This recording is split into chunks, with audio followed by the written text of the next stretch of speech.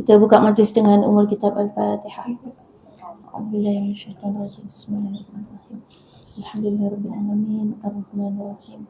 Maliki yaumiddin, iyyaka na'budu wa iyyaka nasta'in. Ihdinas siratal mustaqim, siratal ladzina an'amta 'alaihim, ghairil maghdubi 'alaihim waladdallin. Amin. Amin amin ya rabbal alamin. A'udzubillahi minasyaitonir rajim. Bismillahirrahmanirrahim. Assalamualaikum warahmatullahi wabarakatuh. Alhamdulillah, alhamdulillahi rabbil alamin, wa bihi nasta'in, wa afdhalus salat wa atammu taslim ala sayyidina wa habibina wa syafi'ina wa dhurina wa maulana Muhammad. Qala rabbi shrah li sadri wa yassir li amri wahlul 'uqdatam min lisani yafqahu qawli amma ba'd. Alhamdulillah, segala puji bagi Allah, kita berkumpul hari ini, dan segala rahmat dan kasih sayang Allah, dan dengan segala nikmat yang Allah berikan kepada kita, maka kita dapat bersama-sama pada hari ini dalam satu majlis ilmu yang kita harapkan Allah buka fikiran kita, lapangkan dada kita, dan berikan kepada kita kefahaman yang baik. Dan amin ya rabbal alamin. Baik, kita tengok buku kita guna Al-Muhimmah dulu, maknanya buku nasihat agama dan wasiat iman kita, maknanya lepas ni kita tak bawa dah lah kan. Kita bawa satu je dulu, habiskan dulu satu ni insya-Allah. Di muka surat, kalau buku saya 91, buku yang ni. Buku yang lama, ada buku lama buku lama muka surat lain 109. Baik, tajuk ini suatu tanbih pula pada menyatakan kismun, artinya giliran. Tanbih maknanya perhatian tadi maknanya ini ada satu bab baru yang perlu diperhatikan mengenai dengan kismun, iaitu giliran. Kita baca dulu isi dia. Giliran ni poligami lah ni. Baik, kita tengok dulu. Apabila ada bagi seorang lelaki itu dua isterinya atau lebih, maka wajiblah atasnya menyamakan bermalam antara segala isterinya. Kerana sabda Nabi SAW, "Man kana lahu imra'atani famala ila ihdahuma dunal ukhra wa fi lafdhin akhar wa lam ya'dil bainahuma jaa'a yaumal qiyamati wa ahadu shiqqaihi ma'il." Barang siapa ada baginya dua isterinya, maka cenderung ia akan salah satu daripada keduanya, tiada kepada yang lain. Dan suatu riwayat yang lain, padahal tiada ia adil, yakni tiada ia menyamakan antara keduanya itu, nescaya datang pada hari kiamat, padahal salah satu daripada dua pihak bahunya cenderung. Sengit. Yang bahasa dia bahu cenderung. Ma'il ni bahasa Arab dia ma'il dalam tengok hadis tu. Shiqqaihi ma'il. Shiqqaihi tu dua bahu dia, ma'il cenderung. Orang nama Ismail kita panggil ma'il. Ma'il makna cenderung. Ismail lain. Jadi banyak tu nama-nama kita yang asal makna lain, bila panggil lain jadi lain. Kita boleh ingat Arab ni maksud dia cenderung. Ma'il. Sengit sebenarnya maksud dia cenderung, sebab tu dia terjemah kat sini pakai bahasa Arab betul, bahunya cenderung. Memang maksud ma'il cenderung. Cenderung ni boleh jadi makna, kalau kat sini dia maknakan dengan sengit sebab bahu kita cenderung sebelah pendek gitu kan. Tapi boleh juga cenderung, misalnya kecenderungan kita kepada apa. Contoh, kita suka ada dua makanan, kita suka yang A, kita tak suka B. Kita kata kita lebih cenderung kepada yang A. Keinginan tu pun cenderung juga, guna ma'il juga. Jadi bahasa Arab ni dia makna dia lagi luas. Jadi itu yang kita kata kitab ni dia memang guna bahasa Arab. Bahasa Melayu dia tu bahasa Arab.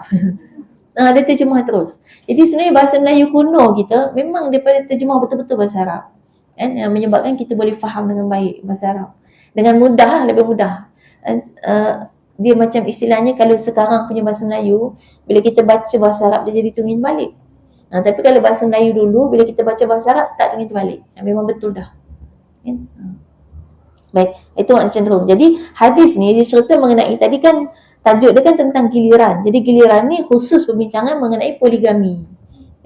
Jadi siapa yang ada madu lah yang bermadu, maka ini peringatan kepada lelaki, kepada suami itu, siapa yang ada isterinya, dia ada isteri dua orang atau lebih, dan kemudian dia yang pertama tadi, riwayat pertama sebut dia cenderung kepada salah satu. Cenderung tu maknanya kat sini lebih kepada, ni kan guna perkataan mala. Mala tu ma'il tadi, ma'il orang yang cenderung, mala maknanya dia cenderung. Jadi dia cenderung kepada salah satu. Maknanya cenderung ni lebih kepada dari segi layanan. Kalau dari segi perasaan tak boleh kawal. Perasaan dibenarkan. Jadi kalau seorang suami ada isteri lebih pada satu, lepas tu dia sayang isteri muda lebih pada yang tua, kan? Perasaan tak boleh kawal. Dan perasaan itu dibenarkan. Macam Nabi SAW pun ada isteri Nabi yang paling Nabi sayang, kan? Itu tak ada masalah. Yang tak boleh ialah layanan. Sebenarnya sama konsep macam mak juga, ibu. Jadi ibu normal kan dengan anak-anak yang ada ni, ada kecenderungan. Ada anak yang kita sayang lebih sebab dia taat, baik. Ada yang degil ke tegak kan. Kan? Waktu memang lah kan. Kalau dia pergi asrama tu lega. Yang seorang lagi ni kalau tak balik-balik asrama kita sedih. Bilalah nak balik kan. Sebab dia selalu tolong kita. Jadi kan memang ada kecenderungan. Kecenderungan perasaan tak jadi kesalahan. Sebab yang tu manusia tak mampu kawal. Tapi layanan kena adil. Jadi maknanya walaupun anak ni kita sayang sebab dengar kata yang seorang lagi degil ke tegak, masa beli baju raya kena beli semua. Masa beli hadiah kena belikan semua. Yang nakkan murah sikit, tak boleh.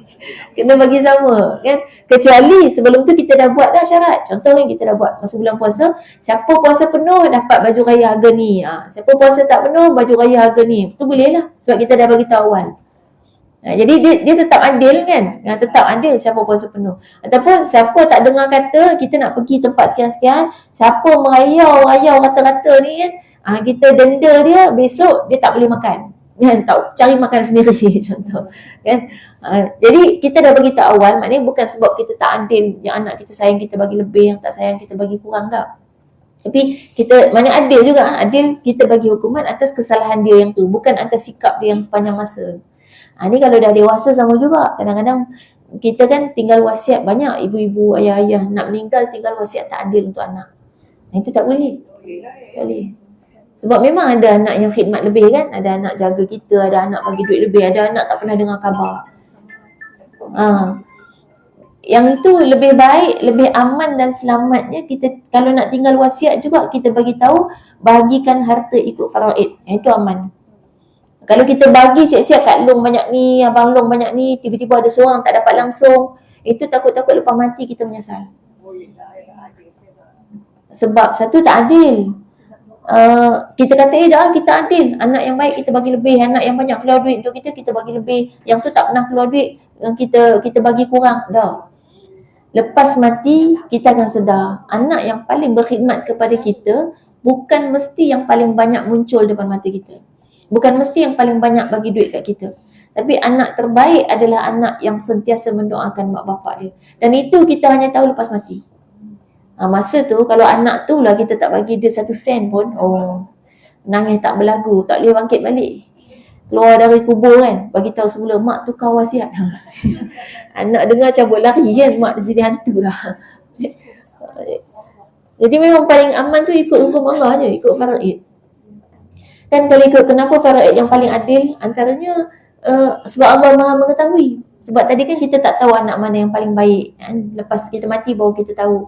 Jadi memang paling selamat bila kita ikut hukum Allah. Katakanlah memang anak tu memang jahat pun, dah lah duit tak pernah bagi, datang balik rumah pun tak pernah, doa pun tak pernah juga, memang teruk pun, dapat juga faraid. Di kubur kita tak ada masalah. Dalam kubur kita tak ada dah sakit-sakit hati gitu kan? Dalam kubur kita hanya akan bermasalah dengan amalan kita sendiri. Jadi kalau amalan kita tak adil tu, ni hukuman kepada orang yang tak adil nanti akan bangkit di pada mahsyar dalam keadaan sengit sebelah. Yang ni yang dalam hadis ni sebut pasal suami kan, suami yang tak adil kepada isteri-isteri dia, maka dia akan bangkit dalam keadaan sengit sebelah. Biasa kalau bini muda dia duduk lama sikit kan, bini tua duduk kejap je sebab dah tua kata kan.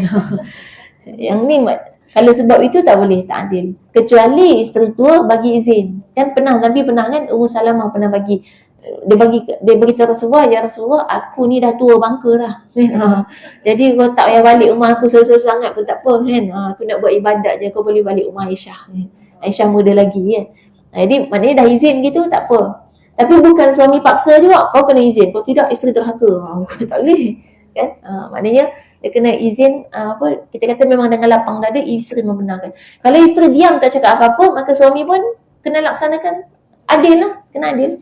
Jadi adil maknanya meletakkan sesuatu pada tempatnya sesuai dengan hukum hakam. Jadi ini tentang giliran ni. Mungkin kita kata, saya tak ada madu nak bincang apa tajuk ni. Tak apalah, ilmu kan.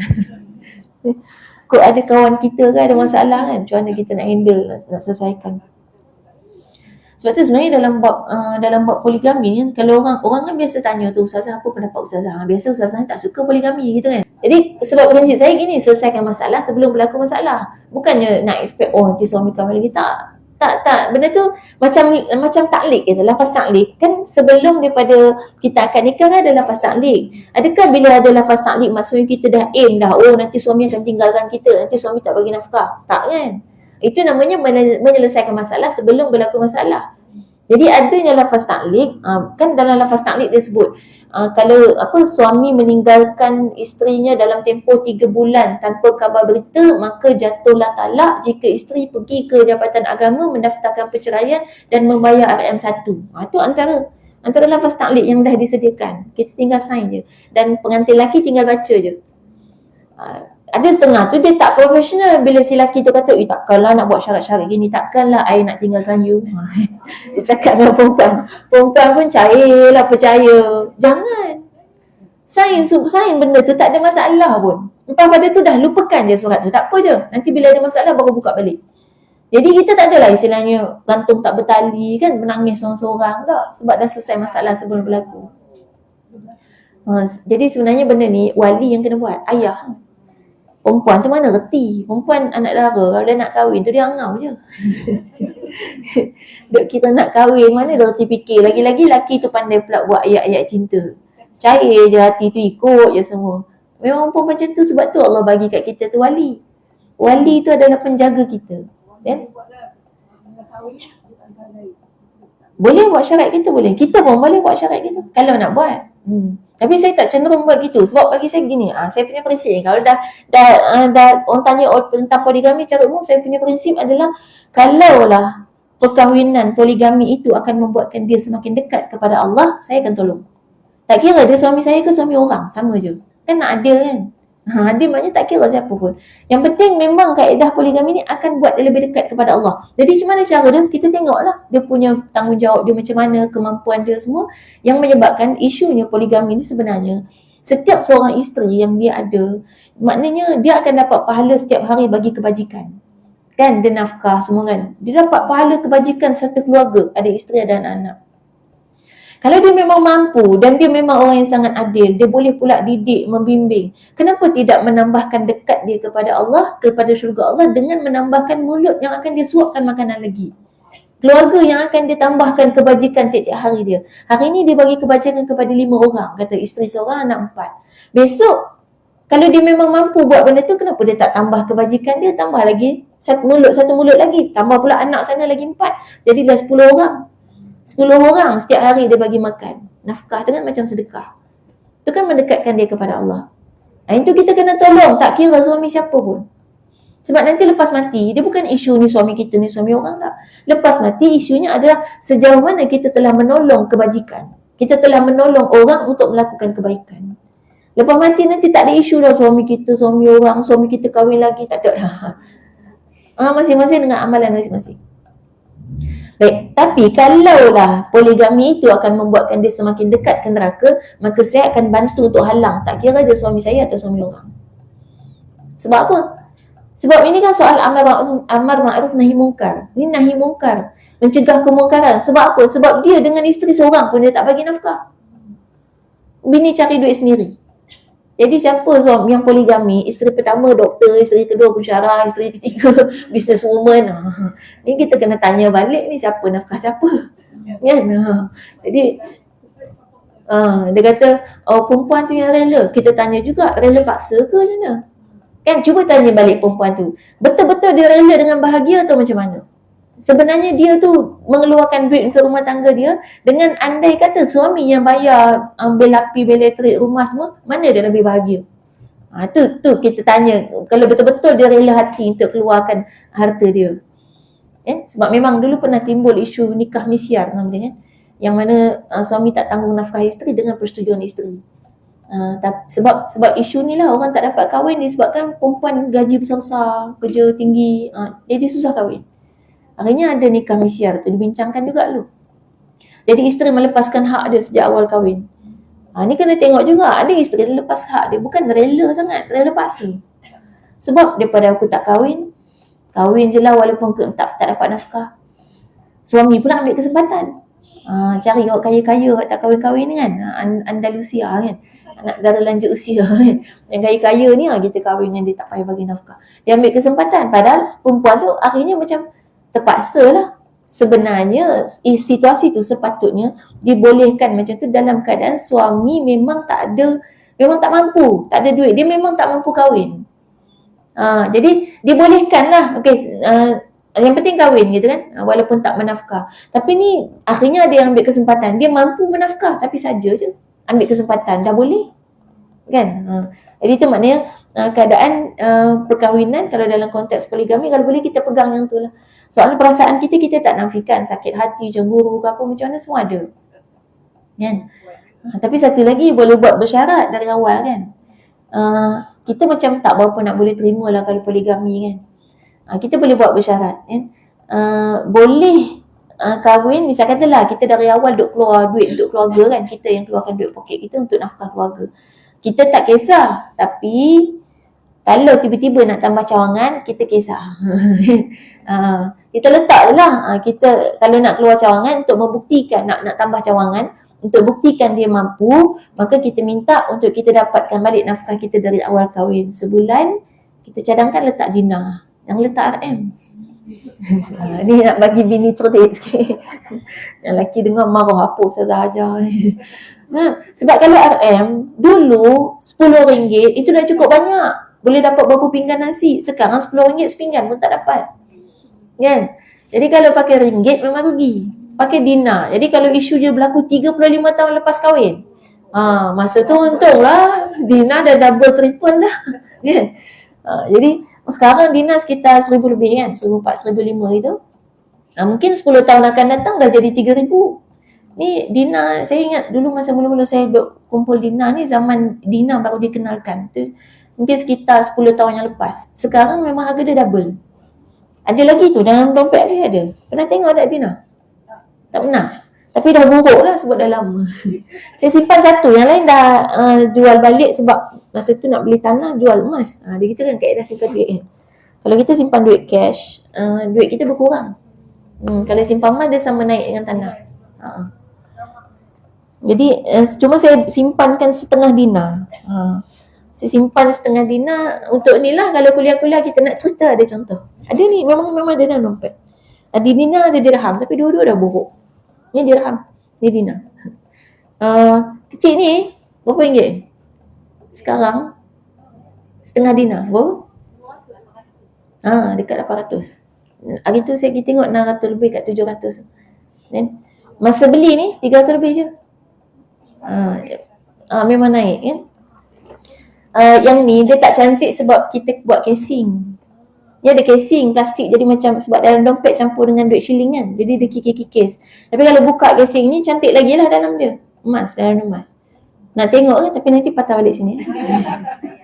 Tak payah. Ni contoh lah. Ni dinar Kelantan. Dia buat daripada emas. Memang emas betul. Sebab tu kalau orang dulu-dulu bawa duit satu uncang, kaya tu. Dinar satu uncang. Banyak lah sebab dinar tu, ini kan casing dia yang tebal. Dalam dia nipis, lagi nipis daripada duit 1 sen. Nipis saja dalam dia. Ni dinar. Kalau dirham, ini dirham yang dah lama sangat juga ni, dah teroksida. Dinar kan perak, dirham perak. Perak dia boleh teroksida, jadi asal warna dia silver. Bila oksida jadi warna macam hitam-hitam sikit kan. Tapi kalau ikutkan bila cuci balik dia kelabu balik, dia silver balik kan.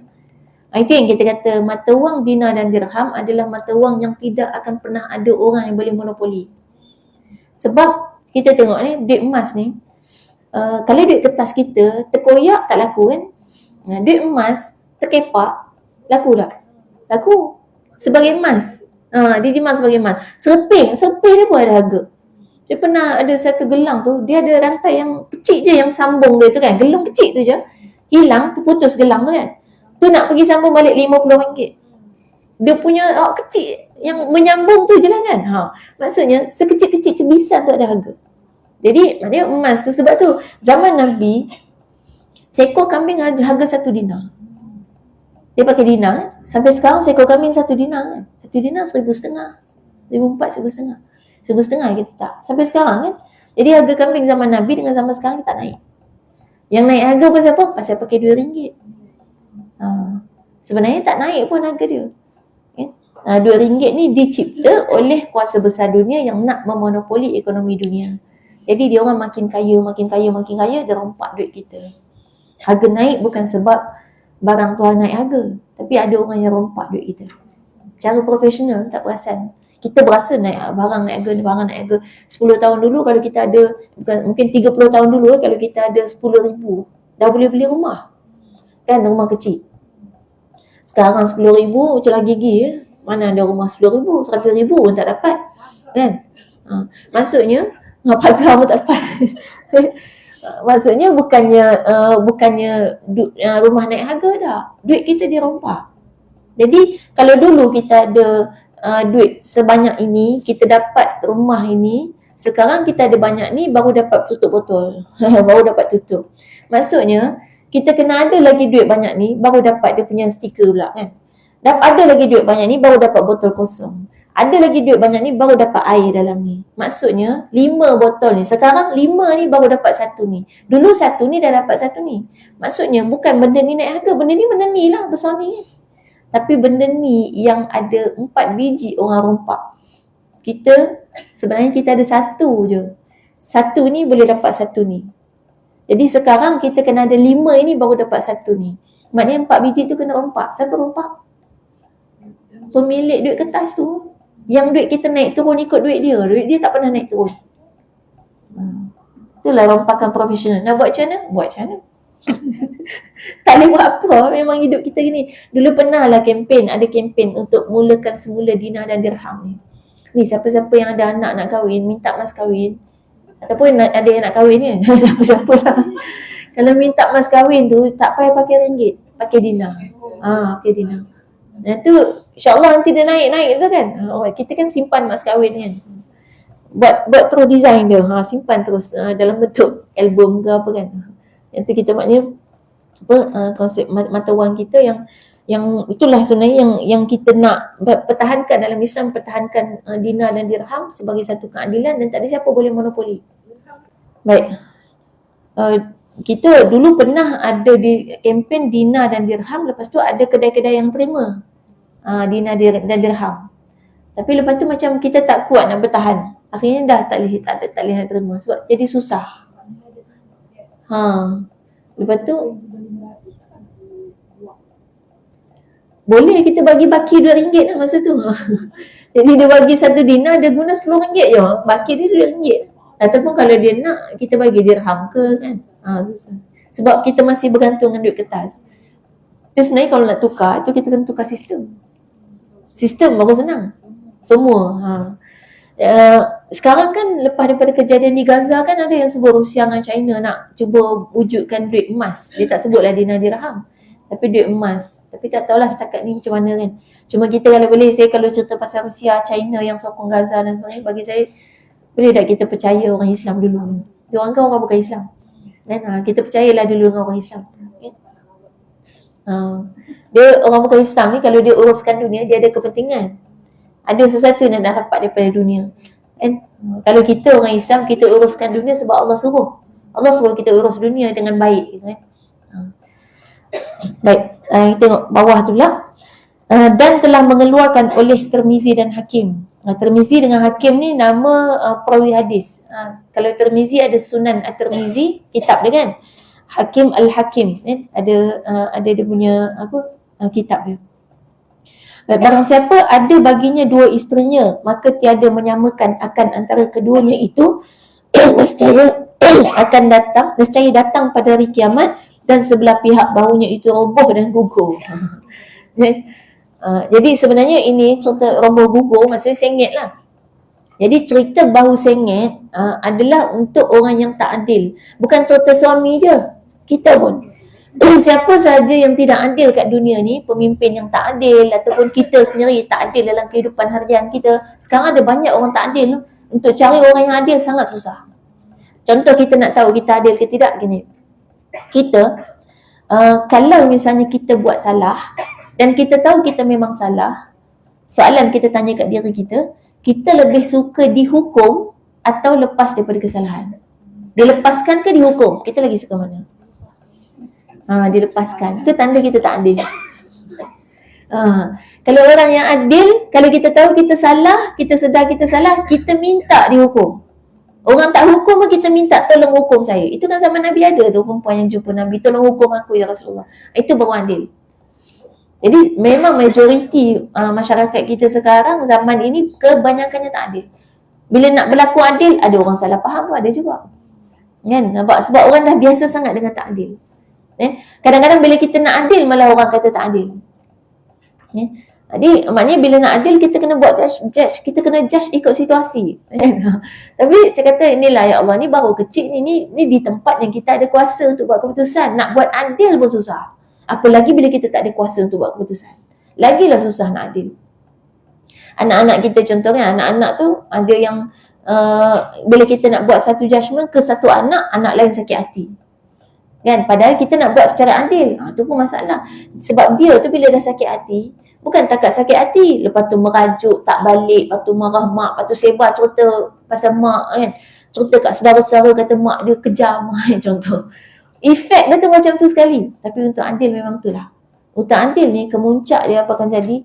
Itulah yang terjadi kepada pemimpin-pemimpin umat Islam daripada para Nabi, Rasul, Khulafa Rashidin, Khalifah-Khalifah. Bila mereka nak berlaku adil, final akan mati dibunuh. Sampai macam tu. Dan sekarang kita tengok Syahid Ismail Haniyah. Kan? Yang terbaru Yahya Sinwar, pengganti pada Syahid Ismail Haniyah di Gaza. Kan? Maknanya, sebab apa? Sebab musuh mula nampak mereka adalah pemimpin yang adil. Bila orang adil, musuh takkan biar. Musuh tak suka orang adil. Sebab tu kita bila tak adil, kita takkan dapat tu pemimpin yang adil sebab kita tak suka. Sebab tadi kan, kalau pemimpin orang tu nak adil dengan kita, kita tak suka. Walaupun kita salah, kita nak bebas juga. Sebab tu kita takkan dapat orang yang boleh mentadbir kita dengan adil. Sebab kita tak suka adil. Yang hari ni kita duk sebut, kami tuntut keadilan. Bukan keadilan yang kita tuntut. Kita tengah tuntut supaya kami yang dapat the best, gitu kan. Kita nak kita dapat semua yang kita nak. Itu bukan adil. Adil tu maknanya kita dapat apa yang kita perlukan. Kalau tu sepatutnya kita dapat, kita dapat. Kalau tak, tak. Kan? Sebab tu, kalau saya dengan anak buah, saya selalu pesan, kalau saya salah, tolong jangan sokong. Kalau saya salah, bagi tahu. Jangan blame juga. Bagi tahu dulu. Bagi tahu, kita check, tengok. Kadang-kadang orang anggap salah. Tapi kita belum tentu kan. Kita kena check dulu dan kita jelaskan. Kalau saya rasa orang lain salah, saya akan bagi tahu. Tolong jangan kecil hati. Jangan kecil hati, saya akan bagi tahu. Dan kalaulah awak rasa awak betul, saya rasa salah, okey, boleh jelaskan. Bagi tahu kenapa awak rasa awak betul. Dan kita nak berlaku adil, kalau awak rasa betul dengan sebab-sebab ini, sedangkan dia ilmunya tak macam tu, maka kita kena jelaskan. Dan bukan senang nak adil. Dan banyak tu bukan setakat pemimpin khalifah Islam. Bahkan hakim-hakim pun banyak kena bunuh juga bila dia adil. Dia dalam sejarah tu banyak. Sebab tu kalau hakim, itu pekerjaan dia disebut pekerjaan hakim tu maknanya sebelah kaki dah masuk neraka. Sebab untuk adil, taruhan dia nyawa. Bukan senang. Ni siapa yang nak jadi peguam, nak jadi hakim, tu nasihat awal-awal. Kuat tak untuk tetap bertegas dengan kebenaran walaupun nyawa jadi taruhan. Kalau tak kuat, jangan pilih pekerjaan ni. Habis kalau tak pilih pekerjaan ni, habislah semua bagi ke orang tak beriman ni lagi teruk. Kalau nak juga pekerjaan ni, kuatkan diri. Memang pahala dia besar sangat. Kalau dapat, itu akan dapat satu status yang Nabi sebut sebagai golongan yang akan mendapat naungan di padang mahsyar. Naungan tu selected person je, tak semua orang dapat. Salah satunya yang boleh buat adil, dan tu tak mudah. Sekarang kita mulakan dengan diri kita lah. Cuba kita buat supaya diri kita ni lebih suka dihukum kalau salah. Muka surat 92, bermula yang kehendak dengan katanya cenderung itu, iaitu cenderung pada zahirnya seperti bahawa dilebihkan salah satu daripada keduanya itu pada segala pekerjaan yang zahir, yang telah mengharamkan oleh syarak melebihikan dia padanya, tiada yang dikehendakinya itu kerana kasih hati dan kecenderungan. Maka tiadalah wajib menyamakan pada kasih hati dan kecenderungan hati pada sekalian isterinya. Kerana yang demikian itu tiada masuk di bawah ikhtiar seseorang, seperti firman Allah, A'udzubillahi minasyaitonirrajim, "Wa lan tastati'u an ta'dilu bainan nisa'i walau harastum." Tiada kuasa kamu bahawa kamu samakan antara segala perempuan kamu, dan jikalau sungguh-sungguh peliharakan sekalipun. Sampai ayat Quran pun terjemah ni kan. Tak apa, kita baca dulu yang kedua. A'udzubillahi minasyaitonir rajim. Ay lan tastati'a an ta'dilu fi syahwatil qalbi wa mailin nafsi wa yattabi'a dhalika at-tawafuti fil waqa'. Tiada kuasa kamu menyamakan di dalam kasih hati dan kecenderungan nafsu dan mengikut akan dia yang demikian itu terlebih kurang di dalam jima' pula. Ini yang kita sebut tadi. Yang pertama, ambil poin dia daripada ayat ke atas tu. Ada perkataan zahir, baris yang keempat. Zahir. Jumpa, baris yang keempat daripada atas. Ada perkataan zahir. Baik, ini dia kata pekerjaan yang zahir. Yang ini maksudnya kena adil dari segi zahir. Pekerjaan yang zahir ni kan zahir. Baik, kemudian yang telah mengharamkan oleh syarak melebihikan dia padanya tiada yang dikehendakinya itu kerana kasih hati dan cenderung. Maka tiadalah wajib. Jadi yang poin yang kedua, kasih hati dan kecenderungan ni, hati dan cenderung. Yang ini tak wajib untuk menyamakan kasih kepada sekalian isteri ataupun kepada siapa-siapa. Kerana ni dalil dia. Kerana Allah dah bagi tahu memang kamu takkan mampu untuk menyamakan perasaan kamu kepada semua. Ini Allah bagi tahu kat Nabi. Bila Nabi takut tak adil, sebab Nabi sayang, ada isteri yang Nabi sayang, ada yang tak sama kan perasaan tu, masa tu Nabi takut berlaku tak adil. Jadi Allah bagi tahu tak apa. Yang tu tak apa sebab yang tu adalah di luar kawalan kamu. Tentang perasaan tak boleh nak kawal. Tiba-tiba anak yang selalu menyusahkan hidup kita, kita nak paling sayang dia. Macam mana tu cara dia? Dia susah tau sebab soal perasaan. Perasaan benda yang di luar kawalan. Juga bukan kata anak, kucing pun kita sayang lain. Kan? Kucing ni comel dengan katuk. Kucing ni asyik curi ikan. Kan? Kita lah kali kalau nak suruh buang salah seekor, memang seekor yang buang tu yang curi ikan tu. Kan? Sebab kita punya perasaan. Jadi yang tu kita tak mampu untuk kawal, jadi tak dosa. Kan? Tapi teknikalnya macam mana Nabi buat kepada isteri-isteri Nabi? Nabi pernah bagi satu kotak cincin. Contoh kotak cincin kan? Nabi bagi kepada semua isteri. Dan Nabi kata siapa yang buka kotak tu, tapi buka jangan tunjuk ke orang lain. Nabi kata buka kotak tu, siapa yang dalam kotak tu ada cincin, dialah isteri yang paling aku sayang. Dan orang pun buka lah kotak, semua ada cincin. Semua berasa aku lah isteri yang paling Nabi sayang. Tapi jangan cerita kat siapa-siapa. Tak cerita dengan isteri tu, balik duk perasan. Tapi tu kan maknanya layanan secara fizikal. Jadi ini yang susah ni kalau ibu-ibu dengan anak-anak lah. Paling susah. Jangan sampai ada anak yang rasa akulah anak yang paling mak benci. Itu dah kita tak adil lah tu. Walaupun memang kita tak suka dia. Tapi jangan sampai. Kan kadang-kadang jangan tunjuk. Dan terutama layanan ni dari segi misalnya kita belikan apa-apa gitu. Memang susah dari satu sudut. Contoh kalau ada anak yang memang mengada-ngada, sikit-sikit minta. Kan kasut baru buruk sikit dah minta baru. Yang anak seorang lagi ni kasut dia sampai koyak rabak pun tak minta. Itu yang kadang-kadang anak yang tak minta-minta ni kita belikan walaupun dia tak minta. Yang duk minta-minta kita tak belikan walaupun dia minta. Lepas tu anak yang duk minta-minta ni merajuk. Tengok tu, abang tak minta pun mak belikan. Saya minta dah lama dah, tak beli juga. Macam mana tu? Kan? Jadi tu maknanya nak kena handle dari sudut keadilan. Adil, jangan sampai ada yang rasa tak sepatutnya. Sebab ada juga misalnya ada anak ni barang dia cepat sangat rosak. Dia ganas. Kan ada memang orang kan ada yang memang tangan dia ni tangan rosak. Dia pegang apa-apa patah, tercabut lah. Jadi maknanya macam mana cara kita nak handle lah. Itu Allah bagi pada kita macam tu. Maknanya Allah tahu kita mampu. Cuma kena belajar lah. Jangan sampai akhirnya tindakan fizikal kita berbeza pada anak-anak tu. Jadi ni kalau suami, maknanya kena tengok jenis lelaki tu, dia pandai tak berlaku adil menyebabkan semua isteri dia boleh rasa sama rata. Ada jenis lelaki juga kan. Ada jenis lelaki tu isteri dia boleh rasa okey je suami. Kadang-kadang ada jenis yang suami macam tu, kita rasa macam dia ni tak suka kita ke? Padahal baru bini satu tu. Kan? Kalau sampai maknanya dia tak pandai nak tunjukkan penampilan dia yang menyebabkan orang rasa selesa, maknanya itu dah petanda lah dia tak layak nak tambah cawangan. Begitu. Baik, kemudian tengok bawah tu pula.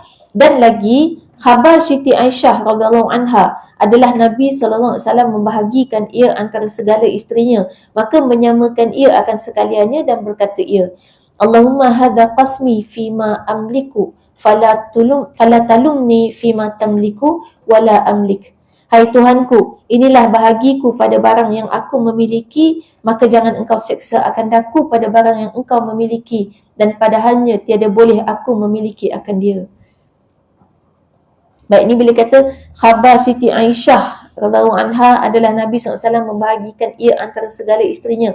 Maksudnya Sayyidatina Aisyah cerita, Sayyidatina Aisyah cerita kat kita bahawa Nabi SAW tu membahagikan atau menyamakan semua layanan kepada isteri-isteri Nabi SAW, dan Nabi biasa berdoa minta pada Allah supaya Allah bagi Nabi dengan sifat keadilan untuk mengadili kesemua isteri Nabi. Jadi ni sebenarnya Nabi SAW diperintahkan dengan poligami. Ada isteri Nabi yang memang Allah yang kahwinkan, yang Allah yang perintahkan Nabi kahwin dengan orang ni. Dan ada syariat-syariat. Jadi pada setiap isteri Nabi dia ada syariat dia. Jadi ada isteri Nabi yang merupakan asalnya adalah anak musuh. Ada anak orang Yahudi, dia anak ketua pada pemimpin, dia anak pemimpin Yahudi yang kalah perang. Jadi asalnya dia adalah tawanan perang. Jadi isteri Nabi Sofia. Jadi ada syariat dia kenapa, macam mana cara dia kan dengan tawanan perang. Dan kemudian ada yang anak dara seorang ni kan, Sayyidatina Aisyah. Jadi setiap perkahwinan tu ada syariat. Kalau perkahwinan dengan Zainab itu isteri anak angkat Nabi, kan, asalnya isteri anak angkat Nabi, dan kemudian Allah perintahkan untuk kahwin dengan Zainab sebab nak bagi syariat. Masa tu dia orang selalu anggap anak angkat maknanya macam anak sendiri. Sampai orang Arab masa tu dia suka binkan anak angkat dengan nama ayah dia, ayah angkat. Tak boleh tu, haram hukum dia. Kita sekarang tu masih ada orang buat tu, tak boleh. Dia jangan ingat anak tu je. Nak binkan dengan ayah lah supaya anak tu tak sakit hati nanti kan, tahu-tahu dia anak angkat, anak pungut je kan. Tak boleh, kena ingat. Anak dia akan ada nanti hukum-hukum yang berkaitan. Termasuk hukum warisan kan, hukum mahram, aurat kan, dia ada kaitan dengan hukum-hukum lain. Jadi tak boleh. Masa tu bila semua anak angkat dianggap sebagai macam anak sendiri, isteri anak angkat jadi macam menantu yang tak boleh kahwin dengan bapa mertua angkat. Jadi akhirnya syariat tu adalah untuk menggambarkan anak angkat itu tetap orang lain. Jadi kalau dia cerai dengan isteri dia boleh kahwin dengan bapa mertua angkat sebab dia bukan siapa-siapa, dia tak ada apa-apa hubungan. Beza dengan bapa mertua betul, itu sampai mati tak boleh. Walaupun dah cerai, walaupun suami dah meninggal, tetap tak boleh. Kan? Baik, kemudian peringkat seterusnya muka surat sebelah tu 93, maka adalah yang diwajib menyamakan bermalam itu ada atas segala isterinya, adapun segala hambanya, maka tiadalah wajib atas penghulunya menyamakan antara sekalian mereka itu, tetapinya yang demikian itu sunat jua, jangan berdengki-dengkian setengah atas setengahnya. Jadi yang ini wajib untuk isteri, tapi hamba sahaya tak. Zaman sekarang tak ada hamba sahaya. Jadi ni cerita hamba sahaya lah. Maksudnya hamba sahaya kan statusnya macam boleh digauli macam isteri. Jadi untuk hamba sahaya tak perlu untuk samakan. Ini hukum hakam hamba sahaya. Setakat kita tahu sudahlah, sebab sekarang dah tak ada hamba sahaya, jadi tak ada lah cerita ni. Sebab ada orang dia samakan hamba sahaya dengan bibik lain tu. Status jauh beza, bibik kita bayar gaji dan dia bukan mahram. Sampai ada yang bahasakan, ada ulama yang sebut bibik ni umpama neraka dalam rumah. Sebab bukan mahram lah. Jadi bila dia bukan mahram, 24 jam duduk dalam rumah. Ada masa kita tak ada, suami berdua-dua dengan bibik. Itu bahaya, dosa kan. Boleh bawa pada dosa. Dan banyak jugalah yang akhirnya jadi kan dengan bibik ni.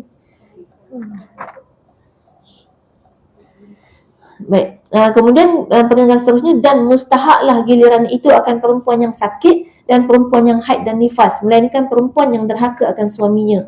Maka tiada wajib gilirannya seperti keluar ia daripada rumahnya dengan tiada izin suaminya, atau tiada membuka ia baginya akan pintu supaya ia, atau tiada ditamkinkan dirinya dengan tiada uzur atau memanggil suaminya akan dia. Maka isytighal ni maknanya sibuk dengan hajat dirinya atau meminta ia akan talak.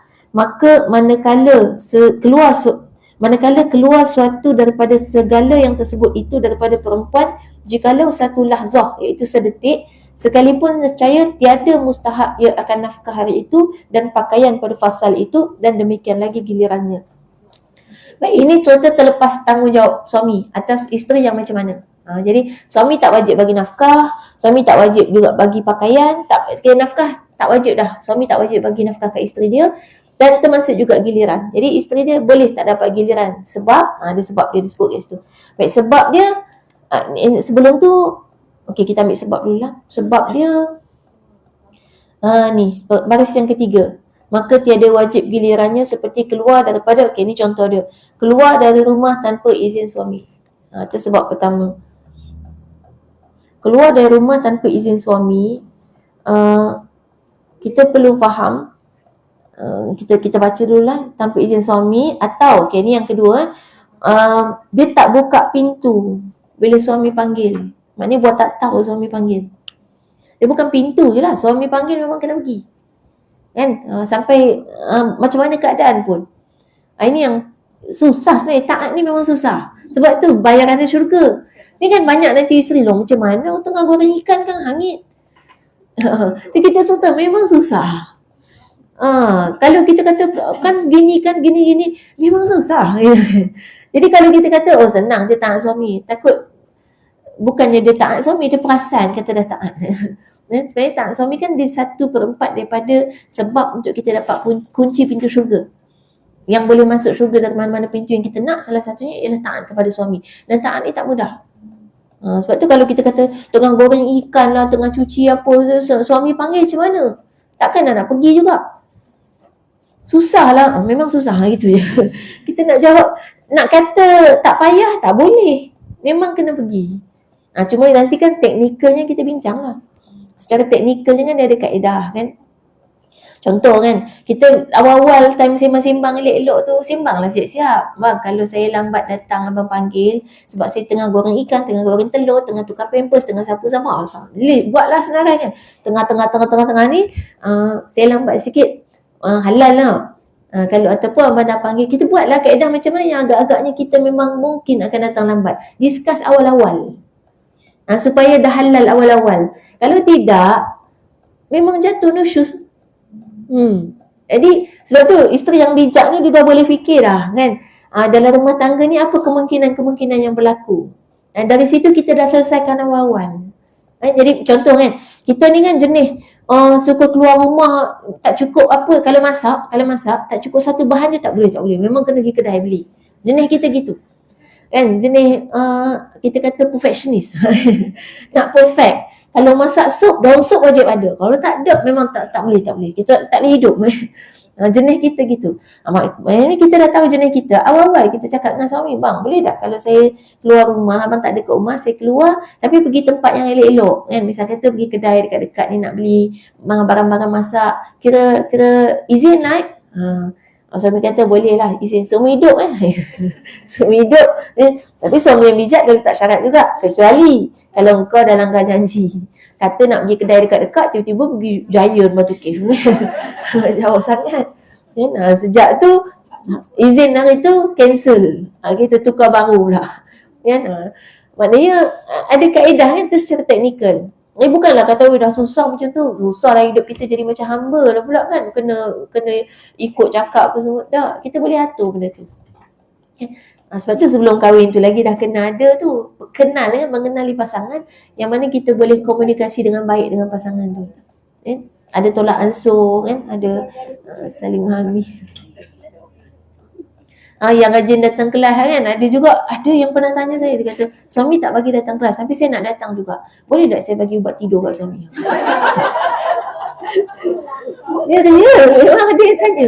Pernah beberapa tahun yang lalu kat tu ada kat surau, tak boleh sebut tempat lah kan, jauh lah kan, tanya gitu, ada juga yang fikir gitu.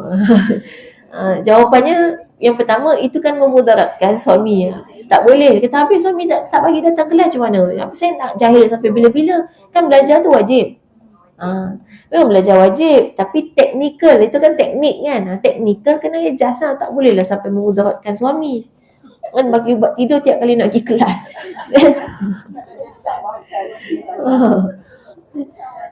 Habis tu nak buat macam mana? Kita adjust lah. Memang kita akhirnya masing-masing perempuan ni memang akhirnya bergantung suami lah. Kalau suami memang tak bagi, zaman sekarang kan boleh online semua kan. Maknanya kita boleh adjust lah ikut keperluan, kesesuaian kita. Kalau yang boleh ajak bincang, ajak. Kalau yang rasa boleh pakai orang ketiga, yang misalnya kita bukakan ceramah pun boleh juga. Ceramah ustaz lah. Biasa kan orang lelaki dia dengar ustaz. Kalau ustazah dia tak suka. Kan? Sebab dia kata ustazah berat sebelah. Dia main setting gitu kan. Jadi cara yang ustaz-ustaz pun ada je yang adil yang boleh cerita. Ustaz berat sebelah pun ada juga. Ustaz yang adil yang memang boleh cerita kan. Bahawa suami, ceritanya kan isunya gini. Suami ada kewajipan mendidik isteri. Dia wajib mendidik isteri dia sampai isteri dia tahu agama. Kalau suami tak mampu didik isteri, suami wajib hantar isteri pergi belajar. Jadi suami menghalang isteri pergi belajar dalam keadaan dia tak mampu didik isteri, itu dosa. Dosa suami. Jadi ketika isteri keluar belajar, bermakna isteri sedang membantu suami untuk tidak berdosa. Tiba-tiba suami dia halang. Maknanya memang suami dia akan dosa dan kita sebenarnya boleh untuk teruskan menuntut ilmu, tapi sekarang teknikal dia. Teknikal dia maknanya kita ni termasuk golongan yang Allah uji lebih untuk menuntut ilmu, lebih sikit ujian kita. Sama macam ada orang nak belajar, dia anak orang kaya, dia tak fikir langsung pasal kewangan. Dia boleh belajar kat mana-mana dia nak. Ada orang anak orang miskin. Maknanya dalam proses dia menuntut ilmu, ujian dia lebih sikit sebab dia miskin. Jadi sama juga untuk isteri yang nak pergi belajar, yang suami tak bagi, maknanya ujian lebih sikit. Kalau kita berjaya dapat ilmu dalam keadaan suami yang macam tu, pahala lebih. Daripada kawan kita yang memang suami dia bebaskan. Pergilah ke mana-mana, keliling dunia pun saya tak kisah. Yang penting dah sampai nanti beritahu. Ada juga yang gitu kan, bebas sangat. Bebas sangat ni bahaya juga satu sudut. Orang perempuan ni dia kalau terlampau bebas, risiko akhir zaman ni jadi pengikut Dajjal. Sebab tempat paling aman perempuan adalah rumah. Jadi kalau boleh kita nak keluar ni atas keperluan. Datang kelas, okey. Apa lagi keperluan lepas ni? Jadi tak ada istilah lepak-lepak, window shopping, jalan-jalan kan. Duduk-duduk rumah kawan. Main kelas sejam setengah, duduk rumah kawan 3 jam. Suami tengok mana tak balik-balik. Tapi balik rumah dia tanya pergi mana? Jawab pergi kelas. Pada kelas jam setengah, 3 jam rumah kawan. Itu maknanya kalau sampai kita keluar tanpa izin ni, itu termasuk nusyus. Jadi suami dah boleh dah tak bagi nafkah kat kita. Dan dia tak dosa. Baik, macam mana pula kalau suami di rumah dia dera kita? Tak cukup makan ke misalnya? Tak boleh ke kita keluar rumah tanpa izin? Yang itu wajib. Wajib keluar rumah tanpa izin. Sebab suami dah nusyus terlebih dahulu. Cuma nanti kalau pergi mahkamah, hati-hati ni ada orang pandai main putar belit ni. Boleh jadi kita pula yang dituduh nusyus. Sebab yang orang nampak kita keluar rumah tanpa izin suami. Ni dah berlaku kes. Suami dia pandai putar belit. Isteri dia jenis betul bendul. Isteri jadi kena semua. Padahal suami dia yang buat dulu jenayah. Suami dia yang halau isteri dia keluar pada rumah. Sampailah berbulan-bulan tak balik, tiba-tiba pergi mahkamah, suami dia buat dakwaan, isteri dia nusyus sebab keluar rumah tanpa izin. Nangis isteri dia, nak cakap apa? Maknanya kita nak kena bijak lah tu, jadi perempuan kena bijak. Tapi sebenarnya bukan perempuan je yang kena bijak. Wali tu yang kena perhatikan setiap wanita yang ada di bawah tanggungan jagaan. Jadi perempuan ni walaupun dah kahwin, abang dia, ayah dia masih kena jaga rumah tangga anak. Mak tak payah kacau sangat. Mak dia kalau kacau rumah tangga anak, dia bukannya jaga, dia menyibuk. Kan nanti pergi rumah tu tengok susu duduk bawah sofa, kita bisik kan. Dia jadi kot tu. Jaga ni maknanya perhatikan anak perempuan kita. Jadi rumah tangga anak perempuan yang perlu dijaga. Rumah tangga anak lelaki tak payah teropong sangat. Ni terbalik lah kan. Dah lah mak yang sibuk, ayah buat tak kisah. Tu terbalik dah. Sepatutnya ayah yang kisah, bukan mak. Lepas tu yang diperhati rumah tangga anak lelaki. Nak gaduh dengan menantu kan. Yang diperhati rumah tangga anak lelaki, rumah tangga anak perempuan tak apa pula. Terbalik juga tu. Sepatutnya yang kita perhatikan rumah tangga anak perempuan. Rumah tangga anak lelaki dah lepas kan. Anak lelaki tanggungjawab dia dah. Bila dia dah kahwin lagilah, dialah khalifah. Gitu. Dialah yang kena pimpin rumah tangga dia. Bukan lagi mak bapak dia. Itu keadaan rumah tangga. Baik, itu kalau izin. Jadi maknanya kalau suami telah nusyus kepada isteri, ini istilah yang jarang orang dengar. Ni ada satu kes ni. Bila suami tu selalu macam nafkah tak cukup, tak bagi nafkah, bahkan memang naik tangan lah sampai ke isteri tu biasa hampir kena pukul, tapi isteri dia pandai silat. Jadi dia tepis. Tapi maknanya kalau dibiarkan berterusan memang suami dia naik tangan kan. Jadi dalam tempoh berapa lama akhirnya si isteri tu buat keputusan. akan balik kampung ikut mak bapak. Okay, tapi ni betul-betul kaedah perceraian yang ikut kaedah agama tu. Dalam Islam ajar nak cerai jangan terus balik lari macam tu je. Buat dulu hakaman min ahlihi wa hakaman min ahliha. Istilahnya jumpa keluarga dengan keluarga. Jadi keluarga suami jumpa dengan keluarga isteri, bincangkan. Kalau dua-dua keluarga jahil tak erti, panggil orang ketiga yang ada ilmu, ustaz ke ustazah ke pak imam ke, untuk selesai, tengok yang mana pihak mana yang sepatutnya betul. Kalau boleh selesai cara damai. Sama ada nak balik semula ataupun kalau cerai, cara yang baik, yang lepas daripada perceraian tak timbul masalah lebih besar. Sebab banyak perceraian yang lepas cerai masalah makin besar. Contohnya masa dulu gaduh suami isteri je, lepas cerai gaduh keluarga suami dan keluarga isteri. Tu makin besar. Kan? Ataupun lepas cerai anak jadi terpisah, jadi hilang kasih sayang ayah sebab mak dia jauhkan daripada ayah dia. Itu tak boleh juga. Masalah makin besar. Kan? Baik, jadi yang ni kesnya dijumpakanlah keluarga suami dengan keluarga isteri. Kemudian si keluarga suami pun cakap, ni kalau awak keluar daripada rumah ikut mak bapak awak nusyus. Tapi yang ni keluarga ni dia tahu agama kan, jadi dia pun cakap, sebelum saya nusyus, suami saya dah nusyus dulu. Jadi akhirnya dia orang terdiam. Ada ke suami nusyus? Dia pun tak tahu kan. Kita pun jelaskanlah memang ada istilah suami nusyus, cuma tak glamour istilah tu. Kan? Suami nusyus maknanya suami yang tidak menjalankan tanggungjawab dia kepada isteri. Jadi kalau suami tidak menafkahi isteri dengan misalnya makan tak cukup, isteri boleh keluar rumah tanpa izin suami untuk cari makan. Tapi kalau untuk merayau tak boleh juga. Stres kat rumah merayau tak boleh juga. Dia hanya untuk selesaikan masalah. Jadi kalau tadi rumah tangga tu ada masalah, maka dia boleh keluar rumah untuk selesaikan masalah. Kalau yang tu kesnya memang menuju ke arah perceraian. Jadi memang cerai lah, cerai lepas tu. Tapi maknanya kan kalau ikut kan keluar je rumah nusyus. Bila nusyus tak boleh dah nak tuntut. Misalnya ada nafkah mut'ah. Tak boleh dah. Nafkah mut'ah tak boleh minta dah. Nafkah mut'ah tahu. Banyak orang perempuan tak tahu. Lepas cerai, perempuan isteri tu, bekas isteri boleh tuntut nafkah mut'ah. Kalau ada anak, misalnya ada baby yang dia masih susukan, boleh tuntut nafkah mut'ah peribadi dan juga nafkah menyusukan anak. Upah. Kalau suami tak mau bagi upah, tak mau bagi isteri duit untuk upah menyusukan anak, isteri boleh tak mau menyusukan anak. Tak dosa. Tak sampai hati pula. Tu masalah kita. Kita tak selesaikan masalah, kita tambah masalah. Tak sampai hati nyusukan juga, tapi nangis-nangis. Kata ngumpat suami. Jadi masalah double, triple. Dunia hilang, akhirat pun hilang. Kebahagiaan hilang, pahala pun tak ada. Satu yang kena selesaikan tu, Islam ajar profesional tu. Selesaikan ialah buat keputusan. Suami tak mahu bagi nafkah menyusukan. Okay? Isteri berhak untuk tidak mahu menyusukan. Dan kalau dengan rela, dia nyusukan juga walaupun tak dibayar, tak apa, pahala besar. Kita kan cerita tentang hukum. Kalau tentang hukum tu cerita boleh tak boleh. Tapi kalau cerita tentang baik tak baik, baiklah susukan je. Tanpa kita harapkan apa-apa pahala. Ya Allah bagi ada susu, boleh susukan anak, kita susukan je. Kan kalau suami, istilah suami nak bagi nafkah ke tidak, itu soal dosa pahala dia. Kan? Jadi kita nak buat, kita buatlah. Dan sebenarnya benda ni bukan hanya selepas cerai baru boleh tuntut nafkah menyusu. Masih di alam perkahwinan pun suami sebenarnya kena bagi duit lebih bila isteri menyusukan anak. Ni banyak tak tahu. Dia ingat bila isteri menyusukan anak, jimat duit susu. Dia ingat susu isteri dia tu keluar macam tu je kah? Kan sebab menyusukan tu kena makan lebih kan. Banyak pengorbanan mak kena buat bila nak menyusukan anak. Ada yang sampai kena makan booster untuk tambah susu. Ada yang kena tambah vitamin. Itu patutnya nafkah tu daripada suami tu. Ni siapa yang suami dia tak bagi nafkah menyusukan anak, itu bersyukurlah. Sebab maknanya suami tu tak layak poligami. Ini cara ubah hati tu. Kalau dapat suami yang tak bertanggungjawab, bersyukurlah. Bermakna suami tu tak layak poligami. Sebab kalau suami tu sangat bertanggungjawab, dia layak poligami. Nak ke?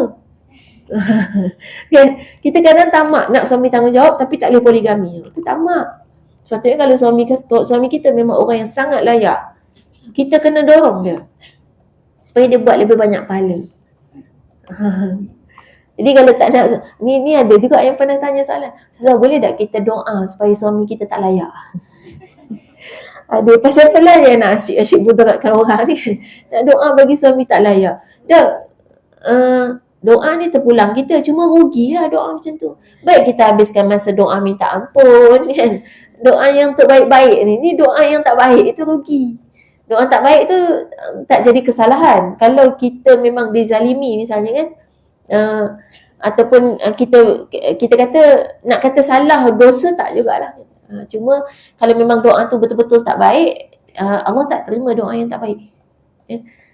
Tapi kita kata ni kan ayat yang kita nak bagi kita sejuk hati. Kalau suami tak bertanggungjawab, okay, alhamdulillah lah dia tak layak poligami, jadi tak payahlah nak fikir sedih-sedih kalau dia nak poligami. Sebab dia tak layak. Kalau dapat suami yang bertanggungjawab, ada pula yang risau. Cakap pula, abang tak payahlah tanggungjawab sangat. Susah pula. Itu masalah kita tu kan. Masalah kita profesional, ingat kehidupan selepas mati, di akhirat nanti, kalau dapat suami yang tak bertanggungjawab, maka kita punya cara fikir ialah bersyukur, sebab maknanya kita lebih tenang hidup kita. Dari sudut nanti di akhirat, dia yang akan banyak masalah depan Allah, sebab tanggungjawab dia tak settle. Kita tak ada masalah. Kalau misal kata sebab dia tak menafkah kita ni jadi macam tak berapa nak taat dari sudut tu lah. Tengah goreng ikan tak mau tinggal kalau suami panggil. Itu mudah-mudahan tertampung dengan dia tak bagi nafkah. Dia boleh tampung tu kalau masing-masing tak bertanggungjawab. Contoh kan, suami tak bertanggungjawab, isteri pun tak bertanggungjawab. Di akhirat nanti akan ditimbang. Tak bertanggungjawab siapa yang lagi berat? Katalah sama kan, suami tak bertanggungjawab, tak bagi nafkah, tak melindungi, tak mendidik, isteri pun tak dengar kata, melawan. Sama setara, maka sama settle dua-dua. Tak ada pahala, tak ada dosa. Tapi rugi. Jadi kalau misalnya kita lebih kan, kita taat, kita isteri yang baik, solehah semua, suami yang tak menafkah, suami yang tak mendidik, maka kita punya timbalan amalan lebih. Kan, dia tak bertanggungjawab, dia lagi berat. Maknanya kat situ nanti kita akan ambil pahala dia, atau dia akan ambil dosa kita. Legalah kita kat akhirat bila kita buat lebih. Kalau kita rasa nak balas, sebab suami tak nafkah, kita pun nak balas, kita pun tak mendengar kata dia. Takutnya balasan kita lebih parah daripada apa yang dia buat. Kalau macam tu, nanti timbangan amalan dia lebih, kita kurang, kita yang rugi.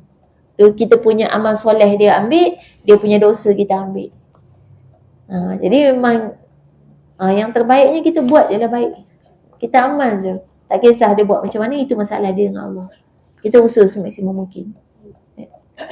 Itu berkenaan dengan izin tadi, keluar dengan izin suami, ataupun tadi buka pintu kan. Sampai buka pintu pun termasuk. Baik.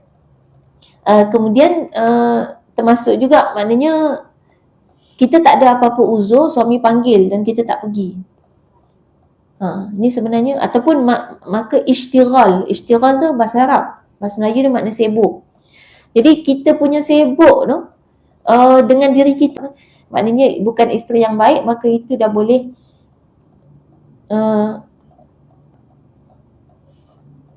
baca, maka manakala keluar suatu daripada segala yang tersebut itu, semua ni daripada perempuan, walaupun sedetik kan, lahzah bahasa Arab, bahasa Melayu dia sedetik, sekalipun sedetik kan, nescaya dia jadi macam suami dah tak lagi berhak untuk bagi nafkah.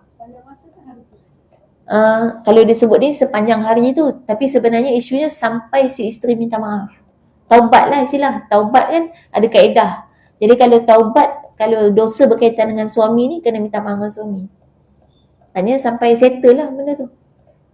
Jadi sebenarnya kan hari ni ada banyak isteri yang memang dah tak layak dapat nafkah suami, tapi dia tak sedar. Dia duk kata suami tak bagi nafkah, suami tak bagi nafkah. Contoh. Katalah satu hari lepas 5 tahun isteri tu bekerja, tiba-tiba suami tu cakap, awak berhenti kerja lah, jaga anak-anak, abang akan bagi nafkah cukup kan. Isteri tu kata, mana boleh tiba-tiba nak berhenti. Dia jawab lah kan, kadang-kadang dalam situasi elok je dia jawab, tak boleh nak berhenti kerja sebab nak bagi duit kat mak ayah semua. Suami pun diam. Sejak itu dia dah derhaka kat suami dia. Tak sedar kan, banyak tu isteri buat macam tu. Dia ingatkan bila suami diam dah lah, settle. Dah. Dia kena tanya balik, abang izin tak ni? Kalau dia kata tak tahu, tak tahu maknanya tak lah. Ni dia sebenarnya tak. Dia kadang-kadang suami yang baik, dia tak terlalu memaksa. Tapi dia tak lapang dada juga. Dia tak suka, dia tengok apa lagi dah jadi dah kes anak masuk hospital sebab pengasuh buat apa kan. Memang suami dia nak isteri dia. Isteri dia pula bagi ni ada kes ni. Memang suami dia pernah cakap macam tu. Lepas sampai 10 tahun lepas tu pun isteri tu masih kerja. Sampai dia dah lupa dah suami dia pernah cakap macam tu. Dia duduk bising suami dia tak bagi nafkah. Ya. Lepas tu isteri dia dah lupa sama sekali dan masa tu dia kata macam manalah agaknya kalau saya berhenti kerja nanti siapalah nak bagi anak makan, siapa nak bagi, sebab tengok selama ni suami tak keluar nafkah. Padahal bukan suami tak keluar nafkah. Dia dah nusyus. Suami tu dah tak perlu bagi nafkah kat dia pun. Jadi dia berasa, dia gini kan, selama 5 tahun okey dia kerja. Suami keluar duit untuk rumah sikit-sikit lah kan. Kongsi-kongsi. Tapi suami dah janji lepas isteri dia berhenti kerja ni, suami dia akan nafkah sepenuhnya. Isteri dia tak mau. Sejak itu suami dia tak nafkah. Tapi sejak itu juga dia merasa dia yang keluar duit untuk rumah semua. Agak-agak kalau dia berhenti kerja macam mana ni? Padahal suami dia dah kata dia akan bagi nafkah. Macam mana kalau suami cakap je tapi lepas tu dia tak bagi nafkah? Okey, test dulu. Kalau nak test gini, tak payah berhenti dulu. Ambil cuti tanpa gaji. Setahun ke, 5 tahun ke kan. Kalau perlu bertahun-tahun lah untuk membuktikan. Masa tu buktikan dulu. Tapi tak payah bagi tahu kat suami, saya ni bukan berhenti tau, saya cuti tanpa gaji. Dah. Anggaplah macam berhenti. Cuma status kat pejabat tu bagi tahu kat bos. Boleh tak kalau saya kira macam bertahun-tahun ni, saya ambil cuti tanpa gaji dulu, tapi tengok keadaan, kalau okey, memang saya berhenti terus. Kalau tak, saya sambung. Tak payah bagi tahu bos juga pasal suami cakap tu. Dan dekat suami pun maknanya kita bagi tahu je, okey dah berhenti. Sebab memang kita plan nak berhenti kalau suami okey. Ini nak test sebab ada banyak juga suami yang tak bertanggungjawab. Dia cakap nak bagi nafkah, lepas isteri berhenti, dia posokkan isteri tu. Kan? Dia jadikan hamba sahaya dia juga. Jadi ni cara bijak kita lah. Kita memang plan nak berhenti, cuma kita waspada. Waspada kalau suami tu tiba-tiba tak bertanggungjawab. Jadi kemudian kita balik dah, kita kata memang kita dah berhenti. Memang betul lah, kita tak tipu juga. Kita memang niat nak berhenti kalau dia penuhi syarat dia. Lepas tu kita tengok lepas tahun dia betul tak bagi nafkah cukup. Nafkah cukup ni maknanya dia sampai tahap isteri tu merasa tenang dan bahagia kat rumah. Tu inti dia paling mudah. Dan isteri tu isteri yang solehah. Sebab isteri yang asyik rasa tak cukup tu ada juga. Bagilah banyak mana pun tak cukup-cukup. Dah bagi ikan kembung, nak juga ikan nak juga ikan gerut ni. Hok mahal tu. Kan? Dah bagi dah bagi hok makanan, ada makanan nak juga mahal yang suami tak mampu. Yang mungkin dulu kita mampu sebab kita gaji besar. Kan? Bila dah gaji tak besar macam dulu, maknanya kita kena lebih terimalah seadanya. Itu jodoh kita, setakat itulah nafkah yang dia mampu bagi. Yang penting dia bagi semampunya. Ada beza semampunya dengan sekedekutnya. Semampunya tu maknanya dia ada persen lah. Misal kata gaji dia 3,000. Okey, untuk rumah berapa? Semampu 3,000 gaji dia. Sekedekutnya ni 3,000 gaji tapi bagi makan kat rumah RM30 je. Tu memang kedekut. Lepas tu kata tak mampu. Tu bukan tak mampu. Sebab nanti tukar handphone, tukar tayar motor sport kan. Tu maknanya dia mampu tapi kedekut. Okay. Jadi tu maknanya keadaan isteri yang menyebabkan suami tak perlu lagi bagi nafkah kepada isteri. Dan suami tak dosa tapi isteri tu yang berdosa. Okay. Baik. Ada pun yang di awal perenggan tadi kita baca, mustahaklah giliran itu akan perempuan yang sakit dan perempuan yang haid dan nifas, melainkan perempuan yang dirakakan suami. Maksudnya kalau keadaan isteri tu sakit yang tidak memungkinkan untuk nafkah batin lah istilahnya kan, yang kita kata istilahnya atau lebih kepada sakit yang menyebabkan tidak tercapai objektif rumah tangga. Jadi rumah tangga dia ada tujuan. Kalau tujuan tu dah tak tercapai sebab keadaan misalnya isteri sakit ataupun ada haid dan nifas yang menghalang keadaan tu dan menyebabkan suami dia tak boleh. Misalnya kalau tak, suami dia akan berzina misalnya kan. Maka ketika tu boleh untuk suami tu pergi kepada giliran isteri yang lain. Tapi dia kena jelaskan lah, tak boleh pula asal isteri tu period je tinggal, tak boleh balik. Tak boleh sebab kita tahu nafkah bukan hanya itu. Dia ada nafkah batin yang melibatkan perasaan. Itu yang kita kata tadi, intinya adalah isteri merasa bahagia dan tenang di rumah. Bahagia itulah nafkah batin. Jadi bergurau senda kan, boleh sembang ataupun kadang-kadang muncul je dah cukup. Ada isteri hobi masak tapi syarat dia ada yang makan. Jadi suami balik je dah cukup bahagia sebab suami balik makan. Ada juga, itu pun kebahagiaan. Maknanya kita kata benda tu bukan kata mutlak, boleh, jadi boleh ikut suka dia, tak juga. Tetap saja giliran kena ada, tapi kemudian apa yang akan menyebabkan hilang tujuan rumah tangga, maka itu akan ada perbincangan semula. Dari sinilah sebenarnya bila objektif rumah tangga bila tak tercapai, maka boleh berlaku tindakan-tindakan seterusnya, sama ada tadi kalau suami boleh poligami ataupun berlaku perceraian bila tujuan rumah tangga tak tercapai. Jadi kita kena tahu apa tujuan kahwin. Ini banyak orang tak tahu sebab orang zaman sekarang kahwin cinta semata-mata. Nafsu, cinta itu buta. Buta lah dia selama-lamanya. Jadi sepatutnya kita kena tahu tujuan kahwin sebelum kahwin. Tujuan perkahwinan antaranya adalah untuk mencapai keharmonian, ketenangan kan.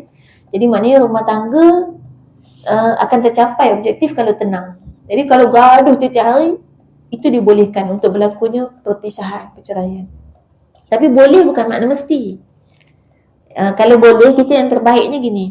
Terbaiknya adalah kalau rumah tangga itu boleh buat kita dekat kepada Allah. Stay lah dalam rumah tangga. Tak kisahlah bahagia tak bahagia. Yang penting kita tu, kita lah, saya gitu kan. Saya, aku, kita. Lebih dekat pada Allah. Ini pertimbangan yang macam berlaku kepada Asyah. Asyah dengan Fir'aun. Kalau ikutkan boleh sangat nak cerai. Kan sebab keadaan rumah tangga dia memang suami yang mengaku Tuhan, yang bahkan akhir kesudahannya Asyah tu dibunuh oleh suaminya sendiri. Dan waktu di rumah tu pun Asyah bukan bahagia. Ada orang pernah cakap dengan saya, dia kata Asyah tak apalah, Fir'aun tu penyayang. Ini penyayang main mana? Sebab Fir'aun boleh ambil Nabi Musa jadi anak angkat. Itu kan dah dicerita dalam Quran, itu mukjizat. Bukan sebab Fir'aun penyayang kok mana? Berapa ratus ribu baby dia bunuh. Kan? Yang Nabi Musa tu Allah bagi kan, Allah bagi mukjizat, kelebihan, tiba-tiba selamat Nabi Musa kan, ada di istana Fir'aun. Baik, jadi Asyah ni kalau ikut boleh sangat cerai, tetapi sebab bagi Asyah rumah tangga itu membuatkan dia lebih dekat kepada Allah. Sebab dengan rumah tangga yang macam tu, suami yang macam tu menyebabkan dia rasa tak ada apa-apa lagi yang dia nak daripada dunia ni, dia nak Allah je. Itu kan akhirnya bergantung kepada kekuatan individu. Ada yang tak kuat, tak boleh. Zainab tadi yang isteri kepada anak angkat Nabi kan, Zaid bin Harisah dengan Zainab, dua-dua soleh dan solehah. Tapi Zainab minta cerai. Kenapa? Sebab dia rasa hidup bersama dengan Zaid ni, dia tak dapat melaksanakan ketaatan kepada Allah dengan cara yang terbaik. Ada yang sangkut, yang dia rasa dia tak boleh stay. Menyebabkan dia rasa dia tak boleh mendekat kepada Allah dengan cara yang terbaik. Lebih baik pisah. Waktu tu tak ada plan lah nak kahwin dengan Nabi, mana boleh kan. Dan memang kata tak boleh. Sebab pertimbangannya adalah kita nak mendekat kepada Allah. Jadi keadaan rumah tangga ni adakah buat kita makin dekat pada Allah? Itu pertimbangan dia. Jadi macam mana tu yang tadi suami tak bagi pergi ngaji, maknanya kita jauh pada Allah. Tengok dulu. Ada orang bila tak boleh pergi pengajian, dia rajin solat tak? Kan? Maknanya baguslah. Ada orang rumah tangga bahagia, suami baik sangat, akhirnya tak mau pergi mana-mana, nak tengok muka suami je. Kan? Maknanya tak bagus lah. Kan? Ataupun ada juga rumah tangga dia bahagia sebab sama-sama buat maksiat. Sama-sama buka aurat, jadi tak ada siapa tegur siapa. Ni ada satu lagi kes. Seorang ibu pengajian, dia datang pengajian ni lepas pencen. Dia dulu, suami dia tentera kan. Dah umur dah 70 lebih baru dia start datang pengajian. Tapi suami dia tak datang. Jadi dulu masa muda-muda dia orang sama-sama tak solat, tak tutup aurat, tak kisah kan, tak ada masalah. Nak bangun pagi pukul berapa pun tak ada siapa kejut, tak solat subuh. Lepas isteri dia pergi pengajian, dia mulalah kan, kita tahu, kita belajar kena amar ma'ruf nahi mungkar. Suami tak solat kena tegur, kena betulkan. Akhirnya suami dia stres. Dia kata bini aku sejak pergi pengajian jadi degil. Jadi suka melawan, dia katakan nak pakai seluar pendek dah tak boleh. Kan? Bangun pagi asyik kena kejut je, tak boleh tidur nyenyak. Kan? Akhirnya dia marah isteri. Kan? Akhirnya cerai. Cerai umur dah dekat 80 dah bercucu cicit dah. Kan? Sebab memang suami tu halang. Sampai dia pernah bawa parang pergi rumah Tok Guru dia. Sebab dia kata mana dia orang yang buat isteri aku jadi degil, yang buat rumah tangga aku jadi tak bahagia lepas berpuluh tahun kan. Dan sampai umur 70 lebih bahagia. Bahagia sebab sama-sama tak solat, sama-sama buka aurat. Dia bahagia, tapi rupanya memang rumah tangga tu tak baik lah sebab menjauhkan kita daripada Allah. Memang perpisahan tu yang lebih baik. membuatkan akhirnya lebih tenang ibadat kan. Dia kadang-kadang dia ngaji Quran pun suami dia marah, bising gitu kan. Jadi memang dulu memang sama-sama tak ngaji, masa buka lagu-lagu rock and pop tu tak apa pula tak bising. Sebab sama-sama suka kan. Itu keadaan rumah tangga. Jadi kita fahamlah mana pertimbangan adalah pertimbangan akhirat. Ini jiwa orang beriman. Kita tak fikir tentang dunia. Dunia ni bahagia tak bahagia tu cerita dunia. Memang kadang-kadang ketidakbahagiaan adalah lebih baik untuk kita. Sebab ada orang, mungkin kalau kita bahagia, suami jenis baik, kita jenis naik kepala. Boleh jadi. Jadi Allah bagi lebih baik suami itu yang diktator. Diktator. Suami kuku besi, jadi kita tak naik kepala. Mungkin itu lebih baik untuk kita. Sebab perangai kita juga. Jadi tengok orang. Baik. Habis tu bab berkenaan dengan giliran untuk poligami. Kemudian muka surat 95, kita tengok je lah, ada masa lagi. Baik, ini suatu tambih pula. Pada menyatakan tahajar dan tasyaman. Baik, telah mengeluarkan oleh Ahmad dan Tabrani daripada Rasulullah SAW bahawa sesungguhnya bersabda ia, tiada halal bagi seorang Muslim meninggalkan ia akan bertutur akan seorang yang Islam itu terlebih daripada 3 hari. Maka bahawa sungguhnya keduanya cenderunglah keduanya daripada hak selama ada keduanya itu atas mengekali keduanya. Ni apa dia keduanya gitu. 2 orang kata, keduanya tu maknanya 2 orang. Jadi tak halal bagi seorang Muslim itu sampai tak bercakap dengan saudara dia kan, melebihi 3 hari. Tak bertegur siapa kan. Baik, baca bawah dia, bermula awal-awal keduanya itu kembali kepada suluh. Suluh bahasa Arab, bahasa Melayu dia berdamai. Nescaya adalah terdahulunya kembali itu akan kifarat bagi dosanya, dan jika memberi salam ia, maka tiada menerima dan menolak ia atas salamnya. Nescaya mengembalikan atasnya oleh malaikat dan mengembalikan atas yang lain ini oleh syaitan. Maka jikalau mati keduanya atas mengekali keduanya seperti yang demikian itu, nescaya tiada masuk keduanya ke dalam syurga hal keadaannya berhimpun selama-lamanya. Berhimpun selama-lamanya maksudnya akhirat. Dan akhirat tempat kita berhimpun selama-lamanya. Jadi maknanya kalau 2 orang tak bersembang, kemudian dia kembali berdamai.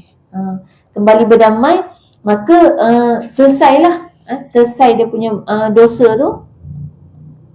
Kalau bagi salam dan tak tolak salam tu, kita jawab salam, maknanya malaikat akan kembali merahmati. Jadi maksudnya selama 3 hari tu malaikat tak merahmati kita. Jadi ini adalah guideline untuk bergaduh. Nampak tak Islam ni agama yang memahami, dia bagi kita gaduh. Sebab hari ni orang selalu anggap kalau baik maknanya tak gaduh. Itu tak memahami maknanya. Manusia memang jiwa dia suka gaduh. Siapa tak pernah gaduh kat sini? Kita tanya. Sejak lahir. Kalau kata tak pernah tu, kita tanya balik. Nak kena interview orang lain. Adik-beradik ke keluarga yang kenal kita dari kecil. Tak ngaku kadang kan. Cuma cara bergaduh kita nanti beza-beza. Ada yang bergaduh sampai tarik-tarik rambut kan. Ada yang bergaduh cara dia pakai mulut. Ada yang bergaduh cara diam. Ni termasuklah ni yang diam 3 hari tak bercakap ni gaduh ni. Gaduh cara diam. Jadi maknanya Islam bagi kita bergaduh sebab Allah yang cipta kita, Allah tahu manusia memang jiwa bergaduh. Dari budak-budak, budak mana tak pernah bergaduh? Kita kan pernah jadi kanak-kanak. Bila kita pernah jadi kanak-kanak, confirm lah kita pernah bergaduh. Sebab mana ada budak-budak yang tak pernah gaduh? Kalau kita kata ada budak tak gaduh, dia duduk nangis je sebab orang duk bully dia. Itulah gaduh cara budak lemah. Cara orang lemah bila dia bergaduh, dia nangis yang sedih tu, maknanya jiwa dia memang berotak tu. Itu gaduh tu. Maknanya gaduh ada cara masing-masing. Sampai kita dewasa ni, ada orang kata, dia tu tak pernah gaduh. Bukan tak pernah gaduh, cuma dia tak bergaduh cara zahir. Dalam hati dia ada. Kan ada perasaan marah dalam hati kita, benci kan, semua ada. Jadi Islam kawal. Yang terbaik adalah walaupun kamu bergaduh, kawal emosi. Kalau dapat, tak payahlah sampai tak bercakap. Tapi kalau tak boleh juga, kan biasa tu kita bila gaduh-gaduh kita kata, saya perlukan waktu untuk menenangkan diri. Kan? Ini maksimum 3 hari. Kira Islam bagi can, bolehlah 3 hari maksimum, tak boleh lebih. Hari keempat kena tegur.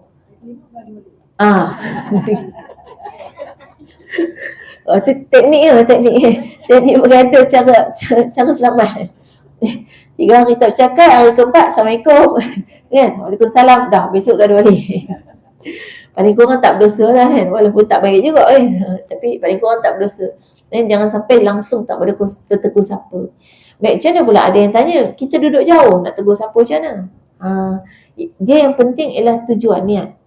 Jadi kalau niatnya bukan untuk bergaduh atau memutuskan silaturahim, tak ada masalah. Dan kita duduk jauh takkan asyik nak call dia orang sekampung kita kan. Kampung kat Kedah, tiap-tiap hari kena call sekampung. Marah. Jadi bukan tujuan untuk memutuskan silaturahim. Sama juga kita kadang bawa bergaduh dengan adik-beradik ke apa kan. Yang kita dapat simpulkan kat situ sebenarnya memang dia ni jenis yang kita tak boleh sembang sangat, tak boleh duduk dekat sangat. Ada je masalah.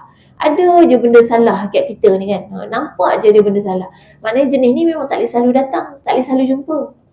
Kalau jumpa makin teruk gaduh. Jadi kita menjauh bukan tujuan putuskan silaturahim, tapi tujuan untuk jaga silaturahim.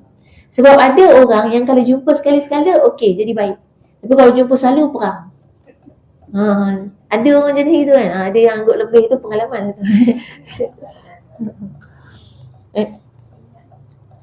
Betul niat kita. Niat kita. Baik, kemudian bawah tu, dan telah mengeluarkan oleh Abu Daud dan Nasa'i. Abu Daud dan Nasa'i adalah pemilik kitab hadis, yang mana dia perawi Sunan Abu Daud dengan Sunan Nasa'i. Dia kata apa? Maknanya ni hadis. Tiada halal bagi seorang Muslim bahawa meninggalkan ia bertutur akan seorang yang Islam itu terlebih daripada 3 hari. Maka barang siapa meninggalkan ia lebih daripada 3 hari, mati ia. Nescaya masuk ke dalam neraka. Ni maknanya siapa yang sampai gaduh lebih daripada 3 hari, lepas tu mati tak sempat taubat, tak sempat minta maaf, neraka tempat dia. Na'udzubillah min dzalik. Baik, dan kemudian telah mengeluarkan oleh Muslim. Muslim ni pun perawi hadis dalam kitab Sahih Muslim. Jadi ni hadis. Dinaikkan segala amal ke langit pada tiap-tiap hari Isnin dan Khamis. Maka mengampun Allah Azza wa Jalla pada yang demikian hari itu bagi seorang yang tiada syirik ia dengan Allah Ta'ala akan suatu, melainkan seorang yang ada antaranya dan antara saudaranya itu berdengki-dengki. Maka firman Allah Ta'ala, tinggalkan oleh kamu akan 2 orang ini hingga bersuluh, iaitu berdamai. Ini maknanya Allah angkat amalan kita hari Isnin dengan Khamis. Ini antara kenapa sunat puasa Isnin Khamis. Allah angkat buku amalan kita pada hari Isnin dan Khamis kecuali orang yang tengah bergaduh ni. Jadi yang tengah bergaduh ni, katalah hari Khamis kan nak diangkat amalan, tengok-tengok bergaduh tak sudah lagi kan, lebih pada 3 hari, maka Allah kata yang ni tinggal kan. Kita tak mau terima amalan dia kan, biarkan dia. Bergaduh pula sampai 3 bulan lagilah kan, tak tahu macam mana keadaan amalan kita. Jadi amalan kita tu Allah boleh tolak hanya sebab kita memutuskan silaturahim. Gaduh ni inti dia putus silaturahim kan. Kita ingat lagi ni kan, kenapa lagi tergaduh dengan adik-beradik, dengan sanak saudara, dengan sepupu sepapat, dengan keluarga yang semuanya adalah orang Islam, orang beriman yang kalau ditanya semua nak masuk syurga. Dalam Quran dia ada garis panduan. Allah bagi kepada kita sifat suka bergaduh sebab ada keperluan. Kita memang kena gaduh dengan musuh yang betul. Dalam Quran Allah dah bagi tahu dah siapa musuh kita. Yang pertama musuh kita, innasyaitana lakum aduwwum mubin, setan. Kalau nak gaduh dengan setan. Kena ingat bila kita gaduh dengan kawan kita, tengah bergaduh, cuba bayangkan tengah-tengah tu ada setan. Dia tengah ketawa tengok kita gaduh dengan kawan kita. Yang musuh kita sebenarnya bukan kawan tu, setan yang kat tengah-tengah. Setan tu saja je cari sebab nak bagi kita gaduh dan benci dengan orang tu. Kadang-kadang sebab tu datang daripada pihak ketiga. Dia akan cari tu supaya kita belaga-laga. Yang buat umat Islam pecah belah adalah musuh Allah. Jadi musuh Allah ada syaitan di kalangan jin dan manusia. Kalau di kalangan manusia, Allah bagi tahu dalam Quran, walan tarda ankal yahuda walan nasara hatta tattabi'a millatahu. Golongan Yahudi dan Nasrani yang tak pernah redha dengan kita sehingga kita ikut agama dia. Di kalangan mereka itu ada hardcore dia, yang memang selalu struggle untuk pecah belahkan kita dan untuk rosakkan akidah kita. Dengan dia orang ni patut kita gaduh. Ni dah kalau si setan Yahudi tu datang depan kita, agak-agak nak buat apa? Dia bawa pula senapang kan. Kita rasa nak bertegas ke jadi lembek macam cacing. Kan jadi okey Kan kalau dengan musuh Allah tu datang, apa lagi Presiden Biden datang tempat kita, kau main lagi bentang kapet kan. Kita boleh cakap elok-elok dengan dia. Tapi dengan kawan kita, dengan keluarga kita, bahkan kita tengking-tengking. Kita gaduh-gaduh. Itu terbalik tu. Dalam Quran Allah dah bagi tahu orang beriman ni sifatnya a'izza'u 'alal kufar, ruhama'u bainahum. Dengan orang kafir lah kita akan bertegas, kita nak berkeras dengan orang kafir. Tapi kalau dengan sesama kita, kita saling berkasih sayang. Dia kan kita dah silap musuh tu. Duk gaduh yang tak cakap 3 hari tu bukan dengan setan Yahud tu, memang tak pernah cakap ya. Cuma kita tak pernah fikirlah nak putus silaturahim ke apa. Kita tak putuskan silaturahim dengan dia selagi kita duk makan dan pakai lagi barang boykot. Waktu tak ada pula kita gaduh sangat kan pasal barang boykot. Kan? Dia berasa tak boleh hidup tanpanya. Dah biasa pakai minum air dia tu kan. Sabun dia, shampoo dia semua kita biasa pakai. Tu maknanya berkaitan dengan bergaduh lebih daripada 3 hari, maka Allah tak akan terima amalan kita.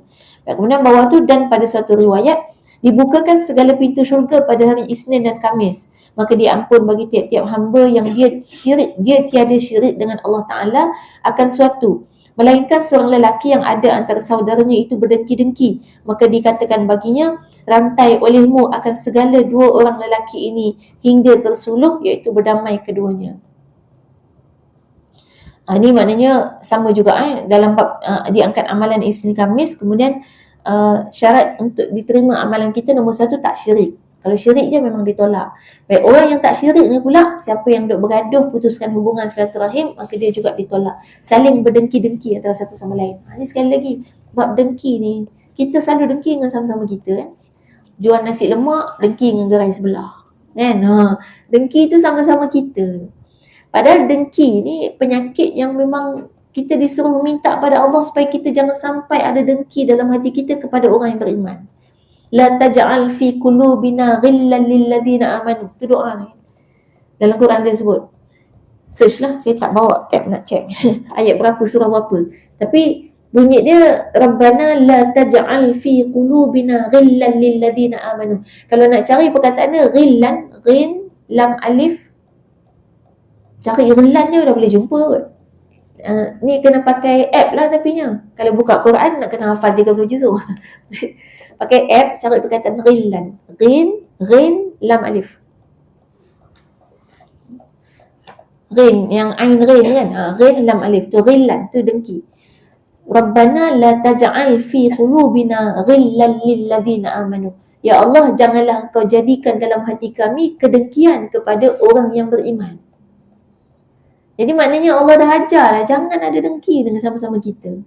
Ya? Kalau tengok ada orang yang lebih daripada kita, maka bukan dengki yang kita nak dia jatuh. Ini dengki yang dilarang ialah dengki yang kita nak orang tu jatuh.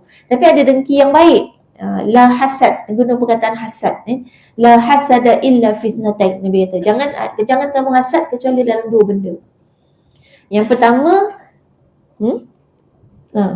apa dia yang pertama? Tapi hasad yang sini, hasad positif ialah dengan kaedah kamu tak boleh tengok orang lebih ibadah pada kamu, kamu nak juga lebih pada dia. Itu tak apa. Tapi buat, jadi maknanya buatlah lebih pada dia. Bukan menjatuhkan dia lah. Rajin sangat solat kan, aku bagi sakit lutut, tak. Dah, bukan gitu. Dah, biarkan dia dengan ibadah dia, tapi kita lebih bermotivasi untuk buat lebih pada dia. Itu dengki yang baik. Dengki yang akhirnya kita jadi fastabiqul khairat. Allah suruh lumba-lumba dengan kebaikan. Itu satu hadis yang sebut harta dan juga ilmu. Ada ilmu. Jadi bila tengok orang berilmu, maka dengki maksudnya ialah aku pun nak ilmu macam tu juga. Aku akan belajar juga sungguh-sungguh supaya dapat ilmu yang banyak. Bukan dengki untuk buat orang tu apalah pandai sangat syed nombor 1 je. Tak apa, exam kali ni kita buat dia sakit. Itu perlumbaan yang tak sihat. Sebab ni ada orang confuse. Bila kata kita kena berlumba-lumba jadi yang terbaik kan, the best among the best, tak ke maknanya kita akan menjatuhkan orang lain? Itu perlumbaan yang tak sihat. Macam kita lari pecut, cara sihat ialah, cara perlumbaan yang sihat ialah kita lumba lah, kita buat macam mana supaya kita jadi lari laju. Tapi cara lumba tak sihat ialah kita jatuhkan kawan sebelah, kita langgar dia. Kan ada yang buat macam tu kan, langgar bagi dia jatuh, bagi kita menang. Itu tak sihat, itu Islam tak bagi. Itu dengki yang tak boleh. Dengki yang boleh tadi, kalau meniaga nasi lemak, tengok sebelah lagi laku, okey, study belajar apa yang menyebabkan nasi lemak dia laku, nasi lemak aku tak laku. Rasa dia ke, okey, kita boleh baiki rasa. Kan ke presentation kan, kadang jual makanan ni kena present cantik kan, bagi nampak, buat replika nasi lemak besar-besar ke contoh kan, dan bagi menarik perhatian, bagi nampak berselera. Kita perbaiki yang keadaan kita, bukan menjatuhkan orang tu. Senyum, kadang meniaga duk masam kan, kalau rasa masam tak payah meniaga, jadi cikgu disiplin. Ramah kan, maknanya kita buat sesuatu untuk memperbaiki keadaan kita. Itu cara yang baik ya. Baik, kemudian perenggan bawah tu, ketahui olehmu bahawa sungguhnya meninggalkan berkata-kata akan saudaranya yang Islam lebih daripada 3 hari itu haram. Dosa, maknanya dosa. Tetapi telah berkata oleh beberapa jemaah daripada ulama bahawa sesungguhnya ia daripada dosa yang besar, melainkan kerana uzur syarak, seperti bid'ah atau fasik, dan jikalau ada sembunyi sekalipun. Baik. Jadi maknanya ulama sepakat nak kata kalau gaduh tak bercakap 3 hari dosa. Tapi ada sebahagian ulama kata dosa besar. Dosa biasa dengan dosa besar beza. Dan dosa besar ni dia ada list, ada senarai dia. Dosa besar ni kalau kita nak minta ampun, kena minta ampun khusus dengan dosa. Kalau dosa kecil, kadang-kadang boleh auto ampun. Ada amalan-amalan kita yang boleh mengampunkan dosa. Dosa-dosa kecil lah. Contoh, kan disebut antara puasa Ramadan dengan Ramadan diampunkan dosa. Jadi maknanya kalau kita puasa bulan Ramadan dan puasa kita diterima Allah, dapat pahala, dosa yang kita buat, dosa-dosa kecil yang kita buat sepanjang setahun tu diampunkan. Contoh dosa kecil ni apa? Keluar nanti kan terpijak kasut orang. Dosa tu, ingat tak dosa? Dosa. Terpijak ataupun terpelantingkan kasut orang gitu kan, tersepak. Terpelanting, sikit lagi nak masuk longkang tapi tak masuk lagi, kita biar je. Dosa tu. Tapi dosa kecil lah, yang nanti boleh auto-auto diampunkan kalau cukup amal ibadah kita. Kalau dosa kecilnya lagi banyak, tak ampun juga. Amal ibadah tak cukup kan? Ya, taubat tapi sebenarnya kalau libatkan orang kena minta maaf. Minta maaf kat orang tu. Cuma kan kadang kita tak tahu kasut siapa kan? Jadi kalau rasa tak mau dosa tu, betulkan balik kasut dia. Kalau betulkan balik, okey lah kan? Tak adalah dosa tu. Kita tadi kata tak sengaja kan, tapi kalau kita biar, dosa lah sebab kita menyakiti orang. Orang tu sakit hati, dah lah mata rabun, cari kasut tak jumpa kan? Mana kasut aku ni, kena bawa keluar kantang mata dalam beg pula kan? Kalau bawa, kantang pula tertinggal susah dia cari pening kepala, setengah jam cari kasut, rupanya tepi longkang. Sikit lagi nak jatuh longkang. Longkang ni lah besar kan. Kalau jatuh tu memang innalillah lah. Jadi maknanya kita dah menyusahkan hidup orang. Situ dosanya tu, menyakiti orang. Jadi sesimpel-simpel tu, tapi dia masuk dosa kecil lah, yang boleh kita kata boleh diampunkan dengan amalan-amalan soleh itu. Dosa kecil tu termasuklah kadang makan terlebih sampai jadi lembek. Dosa tu memudaratkan diri sendiri. Sebab apa? Hari ni je sebab orang hidang pizza, burger, kambing golek kan. Takkan tak makan semua, free kan. Lepas dah banyak-banyak tak larat solat, ataupun solat tapi dia pegang perut kan, keras perut ni, penuh sangat kan. Maknanya mengganggu khusyuk dalam solat, kita memudaratkan diri, dosa. Tapi termasuk dosa-dosa kecil yang menjadi berat tu bila makan sampai mati. Tu memang haram totok. Itu betul dosa. Itu beza dosa besar dengan dosa kecil. Baik, kemudian bermula babitnya itu bahawa manakala kembali kepada membaiki bagi agama si hajir atau si mahjur, nescaya harus ia, dan jika tiada seperti yang demikian itu, maka tiadalah harus. Baik, babitnya maknanya kita kata ambil satu kesimpulan kan, bahawa kembali membaiki bagi agama si hajir. Hajir ni maknanya orang yang berhijrah. Mahjur yang dihijrahkan. Jadi maknanya membaiki agama si hajir maknanya orang yang buat salah tu taubat, gitu je lah mudahnya. Maknanya kalau kita tak bercakap dengan orang, lepas tu kita pun minta maaf. Jadi maknanya bila kita kembali minta maaf, kita selesaikan, maka waktu tu dah keadaan kembali macam biasa. Jadi ini termasuklah isunya adalah bab taubat bagi orang yang bergaduh. Taubat bagi orang yang bergaduh ialah minta maaf, selesaikan. Mungkin kalau budak-budak kita boleh biasakan dari kanak-kanak kan, kalau dia buat abang dia, minta maaf, sama-sama minta maaf. Kadang-kadang ada setengah tu ego kan, dia kecil-kecil tu kalau kita biasakan, insyaAllah bila dah dewasa tu kita okey untuk minta maaf. Kadang sampai dewasa susah nak minta maaf. Kalau boleh dosa tu ampun auto lah, Ya, tak payah nak pergi jumpa dia nak kena minta maaf. Masa buat salah tak fikir pula kan. Jadi itu maknanya isunya bila kita gaduh-gaduh macam tu memang akan selesai dengan minta maaf. Maknanya kedua-duanya damai, berdamai. Suluh kan maknanya perjanjian kalau ikut. Perjanjian damai lah. Gaduh dengan KPA, besok tu buat perjanjian damai. KPA kita buat perjanjian damai. Apa perjanjian damai? Simple je, tak gaduh dah lepas ni. Janji tak gaduh. Minggu depan gaduh pula macam mana? Minta maaf pula. Dan damai pula. Tapi jangan main-main lah. Kalau taubat buat tu nama dia mempermainkan taubat. Tak boleh. Tapi macam mana pula kalau taubat buat sampai 333 kali? Kan? Tu macam mana? Tapi kita memang taubat betul. Jadi, kalau taubat dengan niat betul-betul nak taubat, tapi terbuat juga sebab lemahnya iman kita, itu dimaafkan.